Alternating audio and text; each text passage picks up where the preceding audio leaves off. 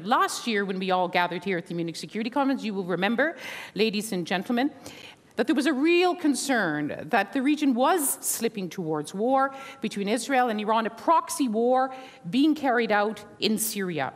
Now, as we meet last month, there was another series of Israeli attacks on what they said was your weapons depot, training bases, hitting Damascus International Airport, which angered the Russians and the Syrians, and Iran fired back.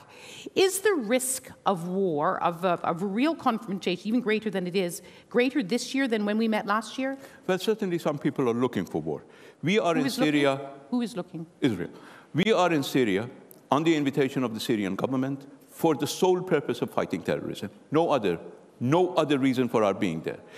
I think last I checked international law, violating Lebanon's airspace and shooting into Syria is a violation of international law. And the international community, and of all people, Europe, which believes international law is the foundations of international order, is blaming us and not blaming the Israelis for violating international law. So let's wake up. Let's be honest with each other. I'm a human rights professor. I have taught human rights for over 30 years. So I have concerns about human rights. I believe human rights need to be respected. I believe human rights for us is a security requirement, not a moral nicety. It's a security requirement.